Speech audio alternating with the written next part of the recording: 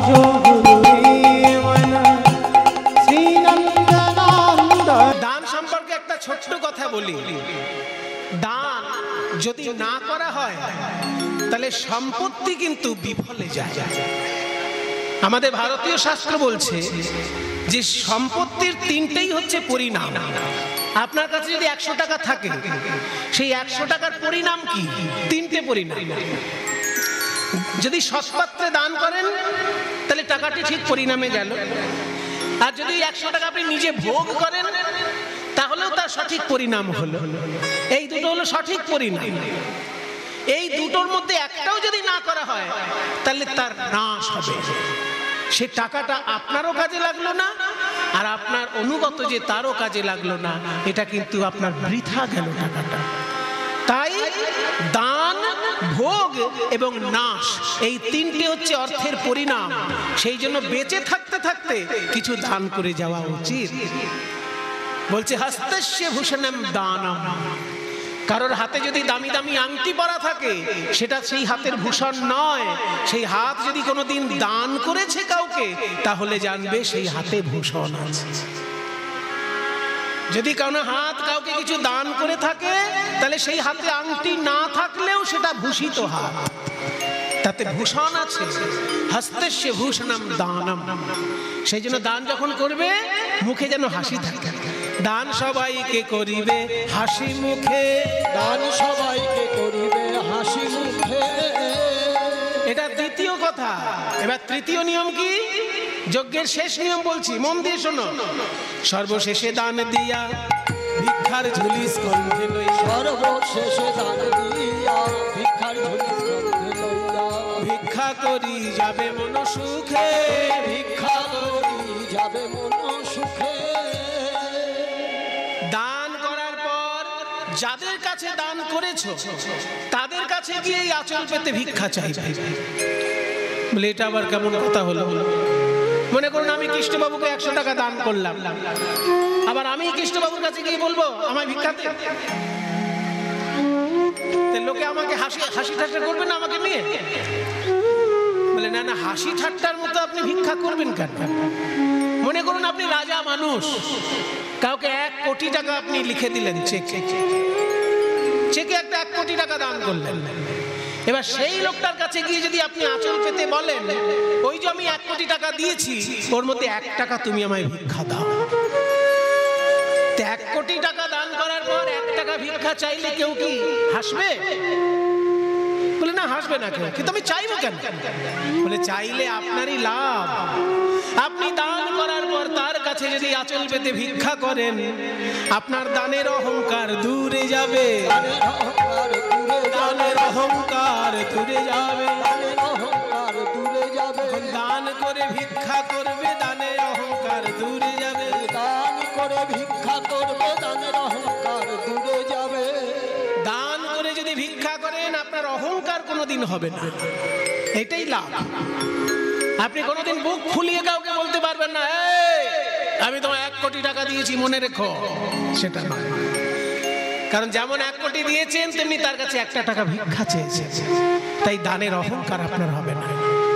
ভালো কথা।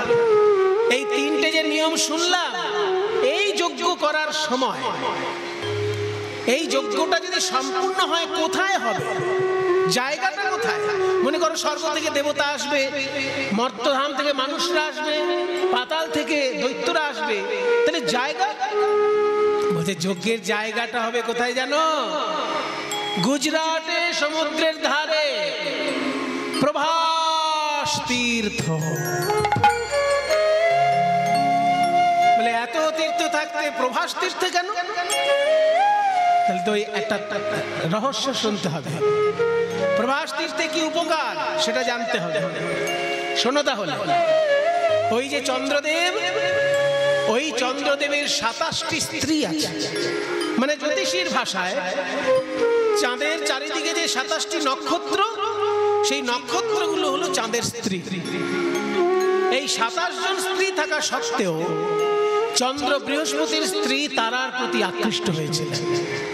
তাই বৃহস্পতি অভিশাপ দিলেন, ওরে চন্দ্র, তোর এমন অধঃপতন যে গুরু পত্নীর প্রতি কুনজর, তাই তোকে আমি অভিশাপ দিলাম 16 দিনের মধ্যে ক্ষয় হতে হতে তুই নিশ্চিহ্ন হয়ে যা।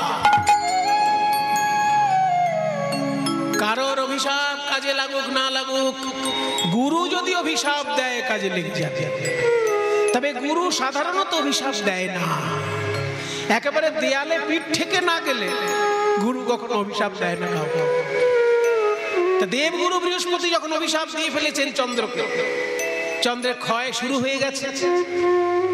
1 দিন 2 দিন 5 দিন 10 দিন 15 দিন, চন্দ্র 15 দিন ক্ষয় হয়ে গেছে। আর একটা দিন বাকি আছে, সেটাও ক্ষয় হয়ে গেলে চন্দ্র শেষ হয়ে যাবে। সেই সময় চন্দ্রের 27 জন স্ত্রী কৈলাসে গিয়ে শিবের শরণাপন্ন হল। সবাই একটু হাত জোড় করুন, আমরা একটু শিব ঠাকুরকে ডেকে নিই।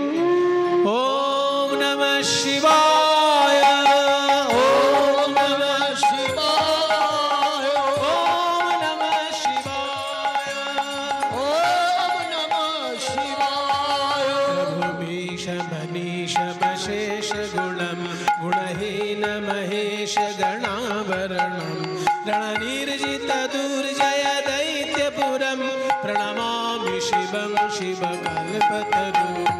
ओम नमः शिवाय, ओम नमः शिवाय, ओम नमः शिवाय।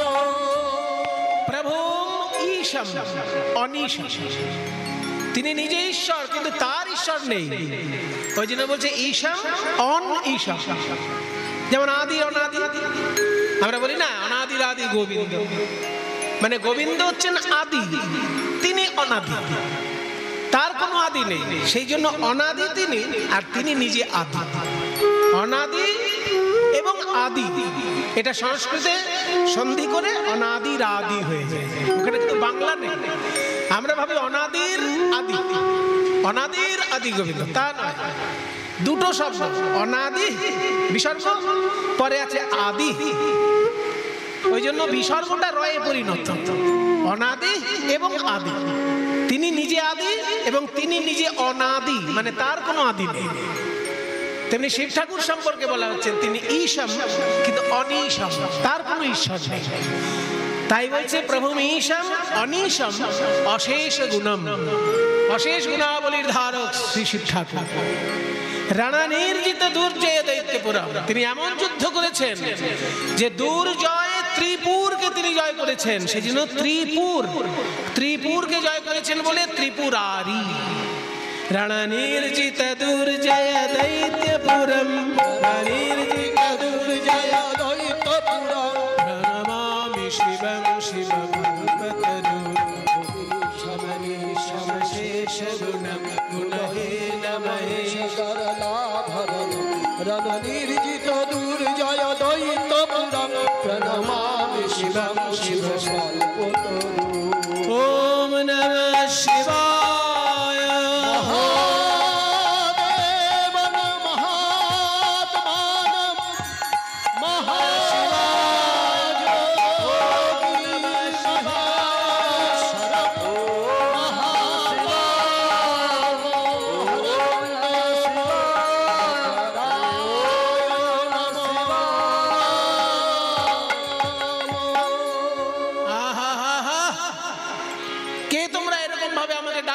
আমার ধ্যান নষ্ট হয়ে যাচ্ছে, আমাদেরকে চিনতে পাচ্ছেন না? আমরা আপনার শালিকা। হ্যাঁ, খেয়াল করুন ভালো করে। দক্ষ রাজার একটি মেয়েকে বিয়ে করেছেন শিব ঠাকুর, আর দক্ষ রাজারই 27টি মেয়েকে বিয়ে করেছেন চন্দ্রদেব। তাহলে দক্ষ রাজা হচ্ছেন শিবেরও শ্বশুর, চাঁদেরও শ্বশুর। তাহলে চাঁদের স্ত্রীগণ শিবের কি হলো? শালিকা, শালী। বলে আমরা আপনার শালিকা। বলে ও তাই, যেন চেনা চেনা লাগছিল মনে হচ্ছে। তা তোমরা আমার কাছে এসেছো কোন দুঃখে? বলে দুঃখে না পড়লে কে আপনার কাছে আসবে মশাই?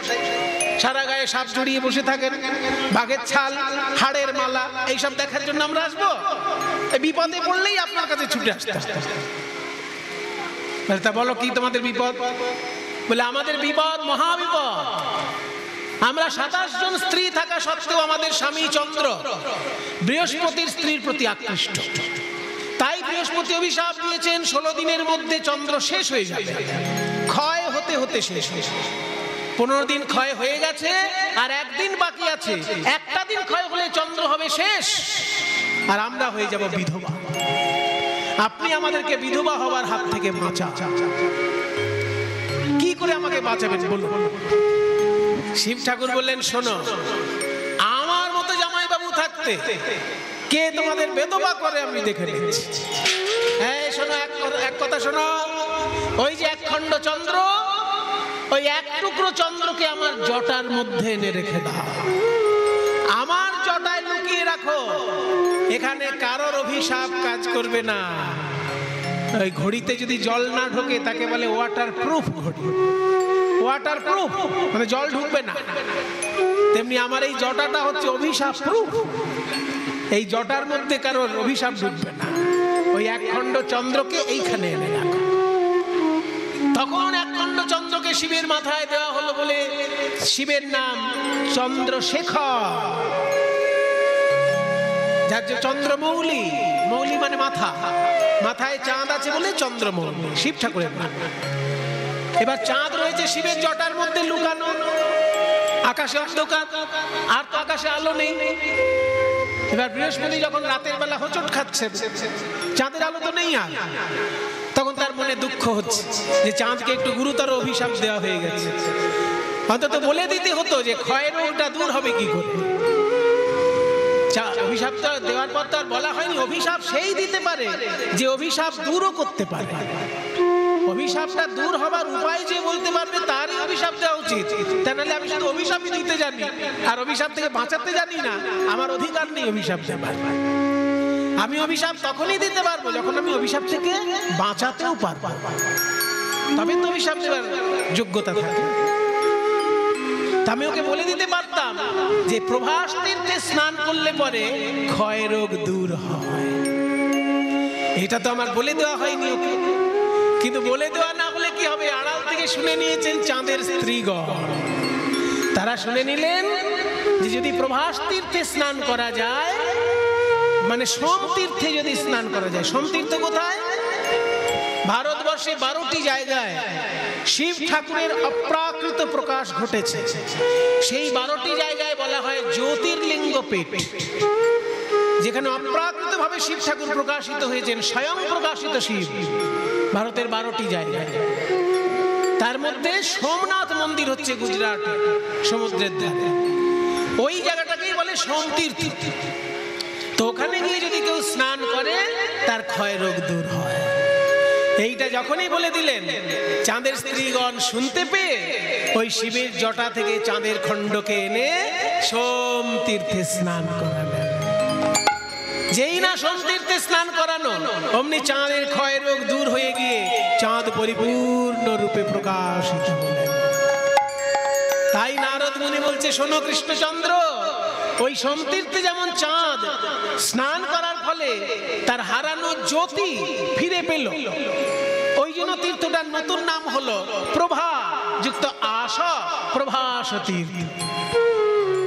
হারানো প্রভাকে ফিরে পেল, তাই প্রভাস তীর্থ। এই প্রভাস তীর্থে গিয়ে যদি তুমি যজ্ঞ করো, তোমার জীবনের ত্রুটি বিচ্যুতি সব দূর হয়ে গিয়ে তুমি পরিপূর্ণ রূপ ধারণ করবে। নারদের কথা শুনি কহে দেবী চিন্তামণি, নারদের কথা শুনি কহে দেব চিন্তামণি, নিমন্ত্রণের ভার কে বলবে, নিমন্ত্রণের ভার কে বলবে। বুঝলাম প্রভাস তীর্থে গিয়ে আমায় যজ্ঞ করতে হবে, কিন্তু নিমন্ত্রণ কে করবে? নারদ মুনি আপনি? তাহলে চিঠি আপনাকে দিয়ে দেবো। তা শুনি মোহন কয় কিবা চিন্তা দয়াময়, তা শুনি মোহন কয় কিবা চিন্তা দয়াময়। ওই দেবর শিরে ভার দেহ এবে, ওই দেবর শিরে ভার দেহ এবে। নিমন্ত্রণ পত্র কে লিখবে? দাদা বলরামকে বলছে, দাদা আমি চিঠি লিখতে বসে বারবার কেটে দিচ্ছি, কারণ চিঠি লিখতে গিয়ে সবাইকে চিঠি লিখবো, কিন্তু বাবা মাকে কি করে লিখবো? প্রথম চিঠিটা কাকে লিখতে হয়? যজ্ঞের চিঠি, আগে চিঠিটা লিখতে হয় শিব ঠাকুরের নামে। ওম নমঃ শিবায় বলে একটা বেলপাতা লিখে সেটা শিব ঠাকুরকে নিবেদন করতে হয়, এটা যজ্ঞের নিমন্ত্রণ। তাই প্রথমে শঙ্করে পরে শঙ্করী রে, প্রথমে শঙ্করে পরে শঙ্করী রে, দেবর্ষী কার্তিকে রে, গণপতি কার্তিকে রে, সে যে পদ্মজনী ব্রহ্মা, সে যে পদ্মজনী লক্ষ্মী বিনা পানি, সে যে পদ্মজনী লক্ষ্মী বিনা পানি, পদ্মজনী লক্ষ্মী বিনা পানি, সে যে পদ্মজনী লক্ষ্মী বিনা পানি, পত্র লিখে নিজ করে, ওই সে যে পদ্মজনী লক্ষ্মী বিনা পানি, পত্র লেখে নিজ করে। দেবতাদের নামে নামে চিঠি লিখছেন, রাজাদের নামে নামে চিঠি লিখছেন, পাতালে দৈত্যকুল এবং নাগকুল তাদের নামে নামে চিঠি লিখছেন, আর দাদা বলরাম সব সংশোধন করে দিচ্ছে। চিঠি লিখতে লিখতে বলল, ভাই যাদের কোলে পিঠে আমরা বড় হলাম সেই মা যশোদা, নন্দ মহারাজ, তাদের নামে চিঠি কই। কৃষ্ণ বলে, দাদা গো, আমি সকলকে চিঠি লেখার মতো পড়াশোনা করেছি, কিন্তু মা যশোদাকে চিঠি লেখার মতো কোনো ভাষা খুঁজে পেলাম না দাদা। ভাষা খুঁজে পেলাম না দাদা, আমি কেমন বা ক্ষমা চাইব, কত ব্যথা দিলাম ওই মায়ের প্রাণে, আমি কেমন বা ক্ষমা চাইব, ভাষা খুঁজে পেলাম না দাদা। বলাই দাদা বলছি, আমি বলছি তুই লেখ।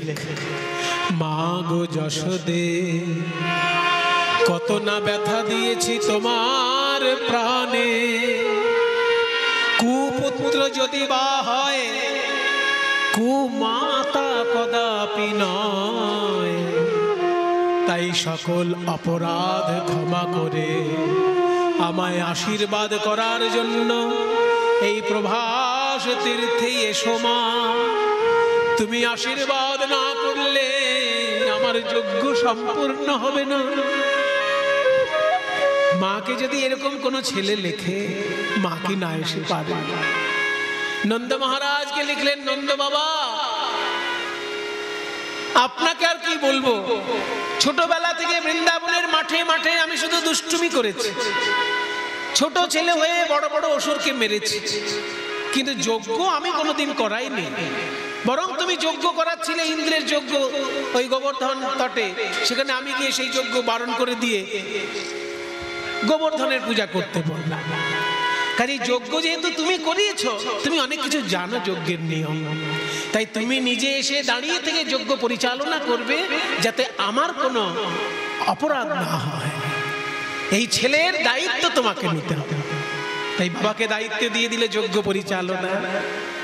তৃতীয় কথা, শ্রীরাম সুদাম তাদের উদ্দেশ্যে বলছে, ওরে শ্রীরাম, ওরে সুদাম, যজ্ঞ করতে গেলে ভাত রুটি খাওয়া যাবে না, ফল খেয়ে থাকতে হবে।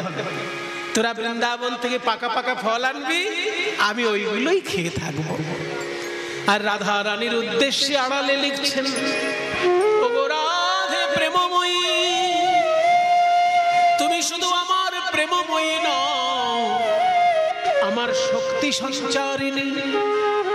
তুমি এসে আমাকে নয়নে নয়নে শক্তি সঞ্চার করবে, তবে তো এই আমি যজ্ঞ পূর্ণ করতে পারব। তোমার নয়নে যে মহাশক্তি, ওই শক্তি তুমি আমাকে নয়নে নয়নে সঞ্চার করবে, সেই শক্তিতে আমি যজ্ঞ করব। এই বলে সকলের নামে চিঠি দিয়ে নারদের মাথায় তুলে দিলেন। নিমন্ত্রণ পত্র লইয়া নারদ চলিল, নিমন্ত্রণ পত্র লইয়া নারদ চলিল, নিমন্ত্রণ পত্র লইয়া নারদ চলিল, নিমন্ত্রণ পত্র লইয়া নারদ চলিল, নিমন্ত্রণ পত্র লইয়া নারদ চলিল। কৈলাস ধামে আসি উপনীত হলো, কৈলাস ধামে আসি উপনীত হলো, কৈলাস কৈলাস কৈলাস ধামে আসি উপনীত হলো। পাহাড় পর্বত তো পাহাড়ে হাঁপিয়ে গেছে কৈলাস। আয় বাবা নারদ বস। পত্র হেরি ভোলানাথের আনন্দিত মন, পত্র হেরি ভোলানাথের আনন্দিত মন, বম বম বলি ভোলা করয় নর্তন, বম বম বলি ভোলা করয় নর্তন, বম বম বলি ভোলা করয় নর্তন। আনন্দ ধরে না, আনন্দ ধরে না, পত্র হেরি ভোলানাথের আনন্দ ধরে না, ওই পত্র হেরি ভোলানাথের আনন্দ ধরে না। বম বম বলি ভোলা করয় নর্তন, বম বম বলি ভোলা করয় নর্তন। মনের আনন্দে শিব ঠাকুর নাচছেন। কি রে তুই এখানে কি করতে এসেছিস? বাবা মহাদেব শোনো মামা, তুমি শুধু এই কৈলাসে বসে ধ্যানই করে যাও, পৃথিবীতে কি হলো কোনো খবর রাখলে না। কি বলছে শুনলেন? বলছে আমি কেন নেব, সব অফিসার ফিট করা আছে। মানে নারদ মুনিও ওনার একজন অফিসার। শোনো মামা, আমি নতুন খবর এনেছি। শ্রীকৃষ্ণচন্দ্র দ্বারকার প্রভাস তীর্থে দান ব্রত যজ্ঞ করতে চলেছে, আর সেই যজ্ঞে প্রথম চিঠি তোমার নামে। তুমি একা নও, সাঙ্গ পাঙ্গ সঙ্গে নিয়ে যেতে পারবে। হ্যাঁ, তোমার সঙ্গে কারা?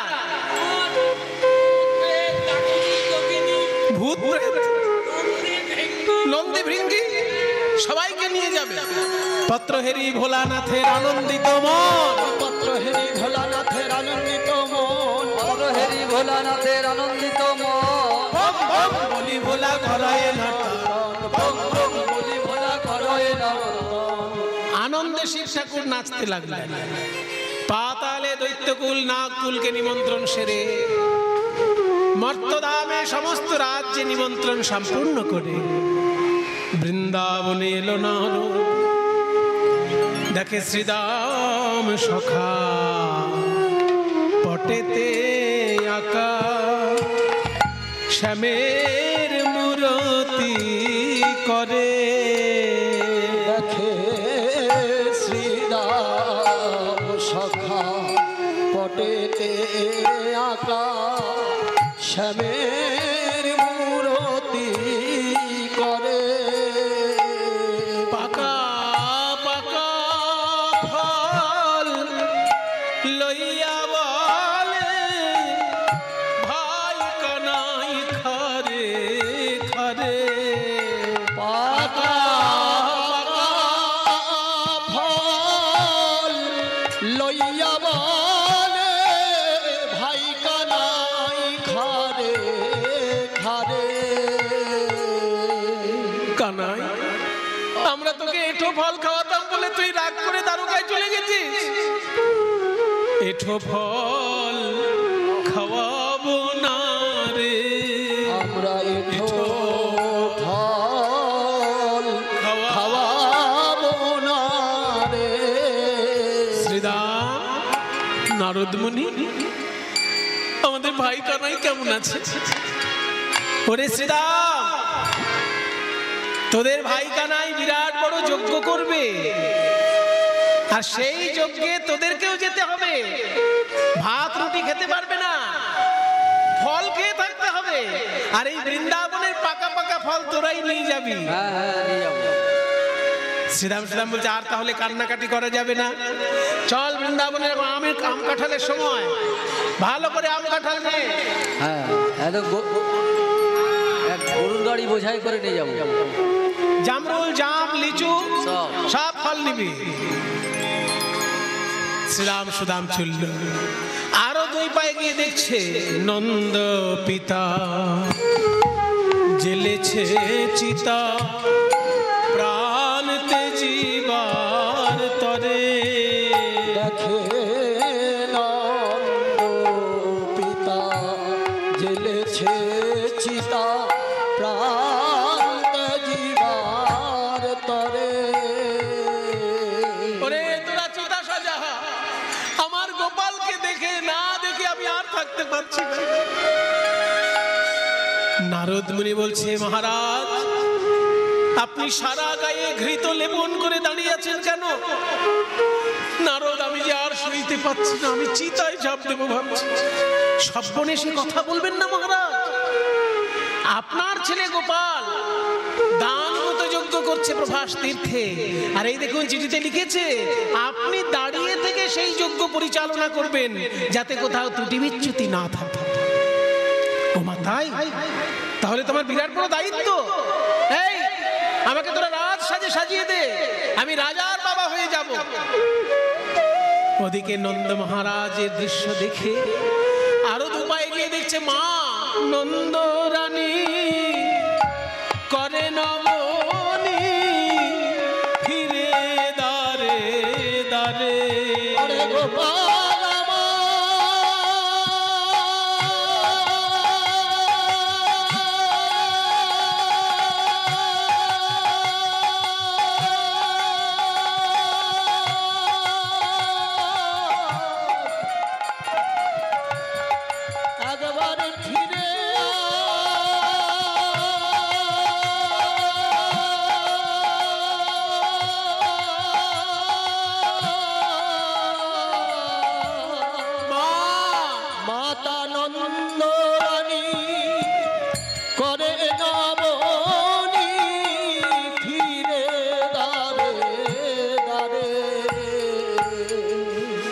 কাঁদবেন না মা।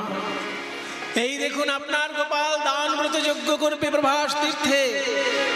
চিঠিতে লিখেছে আপনি গিয়ে আশীর্বাদ না করলে সেই যজ্ঞই সম্পূর্ণ হবে না। হ্যাঁ, আমার গোপাল আমাকে আশীর্বাদের কথা লিখেছে, তাহলে আমার কথা ওর মনে আছে। ও তো জানে না ছোট ছেলে, আশীর্বাদ কি খালি হাতে করা যায়?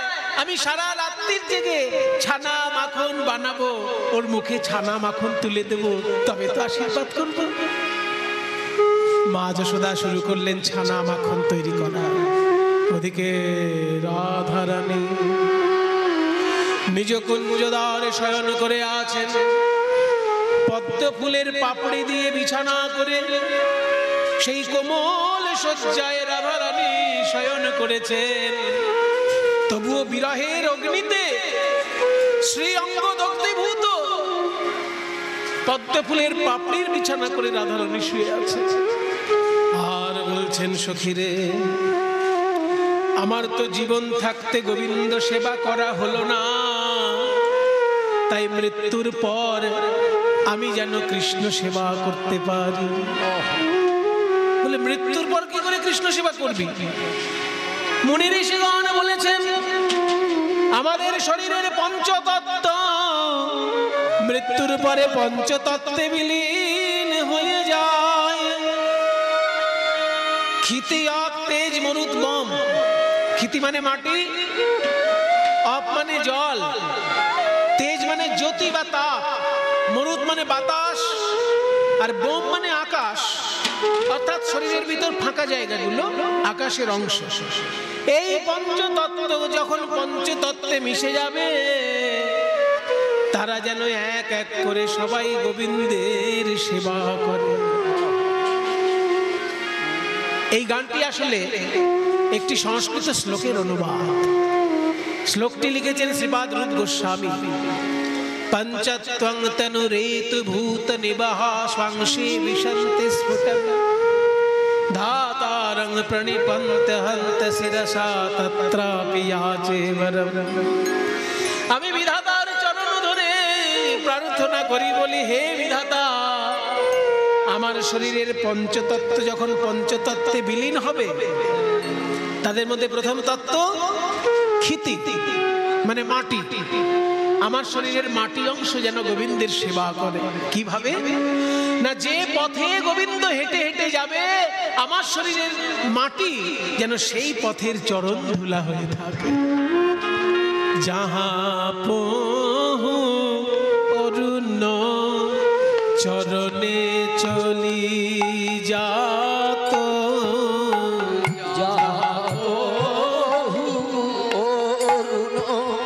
চরণে চলি যাত, তাহা তাহা ধরণী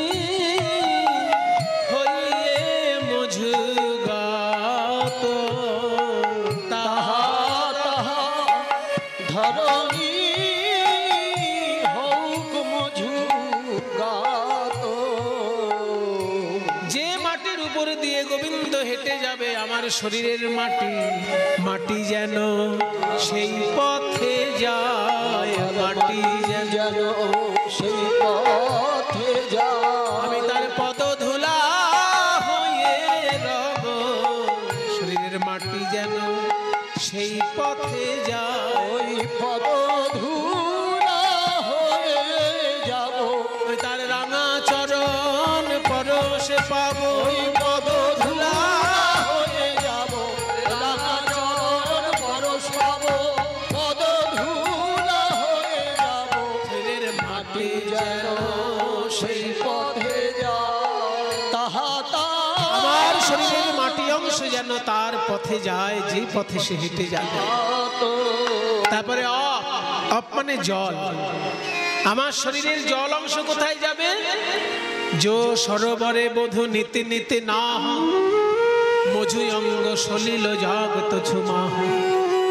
যে সরোবরে গোবিন্দ নিত্য স্নান করে, আমার শরীরের জল অংশ যেন সেই সরোবরে গিয়ে তাকে স্নান করিয়ে দেয়। ক্ষিতি আপ তেজ, তৃতীয় তত্ত্ব হচ্ছে তেজ। তেজ মানে জ্যোতি। আমার শরীরের জ্যোতিটা কোথায় যাবে? না যে আয়নায় গোবিন্দ মুখ দেখে, আমার শরীরের জ্যোতি অংশ সেই আয়নায় গিয়ে তার মুখমণ্ডলকে যেন উজ্জ্বল করে তোলে। যোদর্পণে বধূ নিজ মুখ চাহ, যোদর্পণে বধূ নিজ মুখ চাহ। মধু অঙ্গ জ্যোতি জাত ছুমা। মধু অঙ্গ জ্যোতি জাত ছুমা। আমার শরীরের জ্যোতি তার আয়নায় গিয়ে যেন তার শ্রী মুখমণ্ডলের জ্যোতিকে আরো উজ্জ্বল করে দেয়। ক্ষিতি আপ তেজ মরুত। চতুর্থ হচ্ছে মরুত মানে বাতাস। আমার শরীরের বাতাস অংশটা কোথায় যাবে? না জয়ী বিজনে বধূ বিজয়ী গত। যে পাখা দিয়ে গোবিন্দ হাওয়া যায়, হাওয়া খায়, মধু অঙ্গ মরুত হোক মৃদু বাত। আমার শরীরের মরুত অংশ যেন সেখানে মৃদু বাতাস হয়ে তাকে সেবা করে। এবার পঞ্চম তত্ত্ব হচ্ছে আকাশ তত্ত্ব। শরীরের ভিতরের ফাঁকা জায়গাগুলো আকাশের অংশ। তাহলে আকাশের সঙ্গে তো আমার শরীরের আকাশও মিশে যাবে। সে কি করে সেবা করবে? জয়ী গগনতলে ভরময়ী শ্যাম। যে গগনতলে আমার গোবিন্দ ভ্রমণ করে, মধু অঙ্গ গগন জাগত ছুথা। আমার শরীরের আকাশ অংশ যেন সেখানে চলে যায়। তার মানে যে আকাশের তলায় গোবিন্দ দাঁড়িয়ে থাকবে, আমার শরীরের আকাশ যেন সেখানে যায়। তাহলে সেবা করবে কি করে? সেবা আমি মেঘ হয়ে ছায়া ধরব, মেঘ হয়ে ছায়া ধরব, মেঘ হয়ে ছায়া ধরব, আমি মেঘ হয়ে ছায়া ধরব। তার তাপিত অঙ্গ শীতল হবে আমার অঙ্গের ছায়া লেগে। তাপিত অঙ্গ শীতল হবে আমার অঙ্গের ছায়া লেগে। তাপিত অঙ্গ শীতল হবে, মেঘ হয়ে ছায়া ধরব। এই যে পঞ্চতত্ত্বের সেবার একটি সুন্দর পদ যিনি লিখেছেন, তার উদ্দেশ্যে সবাই একবার প্রণাম করুন। কারণ আমরা তাদেরকে এর বেশি কিছু দিতে পারবো না। পদকর্তা গোবিন্দ দাসের উদ্দেশ্যে সবাই একবার প্রণাম করুন। গোবিন্দ দাস কি বলছেন? গোবিন্দ দাসে কহে কাঞ্চন গৌরী। গোবিন্দ দাসে কহে, বেশি দূর নয়, চলো আপনাদের এখান থেকে গঙ্গা পেরোলেই সব মহাতীর্থ। গঙ্গা পেরোলেই ওপারে চলে যাবেন, কাটোয়ার পরেই শ্রীখণ্ড। কাটোয়ার পাশে শ্রীখণ্ড আছে না, ওই শ্রীখণ্ডই হচ্ছে গোবিন্দ দাসের জন্মস্থান। ওই শ্রীখণ্ডের মধ্যে একটা গাছতলায় কালী পুজো হয়। সেই কালী পুজো স্বয়ং গোবিন্দ দাস মহাশয় করতেন। গোবিন্দ দাসের আরাধিত সেই কালী পুজো এখনো শ্রীখণ্ডের মাটিতে হচ্ছে।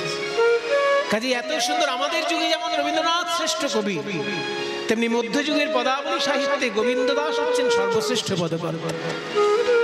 তার জন্মস্থানেই পাশেই শ্রীখণ্ড, গিয়ে একবার প্রণাম করে আসবে। গোবিন্দ দাসে কহে কাঞ্চন গৌরী, গোবিন্দ দাস কহে কাঞ্চন গৌরী, সোমর কত তনু তোহে কিয়ে ছোড়ি, সোমর কত তনু তোহে কিয়ে ছোড়ি। ভাগ্যবান পদকর্তা গোবিন্দ দাস বলছেন, এই অপরাধে তুমি যদি এক টুকরো সোনা হও, তাহলে আমার গোবিন্দ হলো এক টুকরো নীলা পাথর। এক টুকরো সোনা আর এক টুকরো নীলা পাশাপাশি যদি থাকে, উভয়েই উভয়কে অলঙ্কৃত করে। সোনার ছটা নীলায় গিয়ে পড়ে, আবার নীলার ছটা সোনায় গিয়ে পড়ে। তুমি হলে সোনার টুকরো আর গোবিন্দ হলো নীলার টুকরো। দুজন দুজনকে ছাড়া থাকতেই পারবে না। তুমি বাইরে কেন খুঁজছো?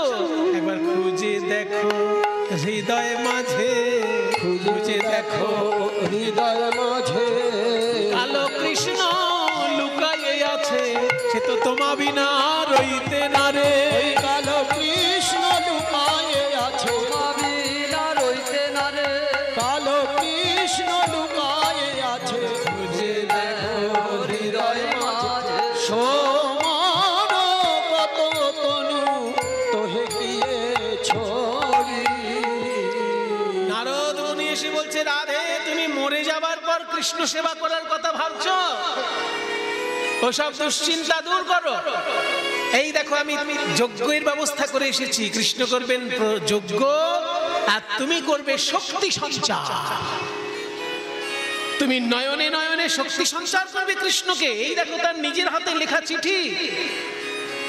রাধারানী চিঠি দেখে বলছেন, বাহ, আমার প্রাণবধূ আমাকে নিমন্ত্রণ করেছে রে, আমাকে তো না গেলে হবেই না, তোরা আমায় সাজিয়ে দে। যেই না বলেছে সাজিয়ে দে, অমনি সেইখানে এসেছে কুটিলা। এত বছর কেলে ছড়ার জন্য কান্নাকাটি করে এখনো বউয়ের মরণ হয় না। এত লোকের মরণ হয়, আমার বৌদি আজকে দাদাকে ডেকে একটা হেস্তনেস্ত করব। দাদা, এই যে তোমার গিন্নি, আচ্ছা কি করেছে ও? ও সেজে গুজে রূপের ডালি নিয়ে গিয়ে গিয়ে কেলো ছড়ার কাছে হাজির হবে। কি? ওই দেখো কত সাজছে। তাই নাকি? বাবারে, মালা নিয়ে কেমন সাজছে দেখো, ওই কেলে ছড়ার কাছে যাবার জন্য। তাই নাকি? তুমি এক্ষুনি মা কালীর খাড়া নিয়ে একদম দুটুকরো করে দাও। একদম এক্ষুনি একটা হেস্ত করে ছাড়ছি। যখনই আয়ান এসেছে ক্রোধান্বিত হয়ে, রাধারানী আয়ানকে দর্শন করে বলছেন, তুমি চিনতেই পারলে না আমি তোমার ঘরে কোন মহাশক্তি ছিলাম? বলি, চেনো না তুমি যে মোরে, চেনো না তুমি যে মোরে, কে ছিলাম আমি তোমার ঘরে, ছিলাম আমি তোমার ঘরে। এত বলি হইল অপরূপ, এত বলি হইল অপরূপ, রাধিকা ধরিল কালিকা রূপ, রাধিকা ধরিল কালিকা রূপ, রাধিকা ধরিল কালিকা রূপ, অমনি কালী হয়ে